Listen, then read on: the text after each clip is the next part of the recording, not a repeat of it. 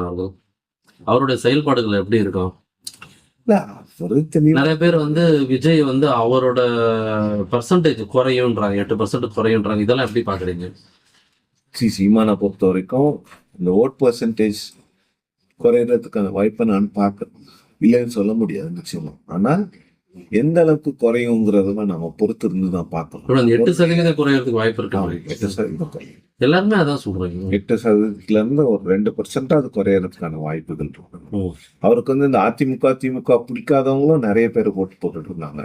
So அவங்க பார்க்கும்பொழுது சீமானை விட விஜய் அவர்கள் வந்து இந்த என்ன சொல்றது ஒரு மிகப்பெரிய நட்சத்திரம்.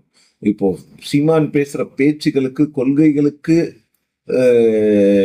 கொள்கைகளை ஈர்ப்பவர்களுக்கு சீமான் கிட்டே தான் இருப்பாங்க, அவங்க போக மாட்டாங்க. பட் ஆப்ஷன் இல்லாம சீமான் கிட்ட போனாங்கல்ல, அவங்களுக்கு எல்லாம் இப்போ ஆப்ஷனா விஜய் வந்துருக்காங்க. ம். இப்ப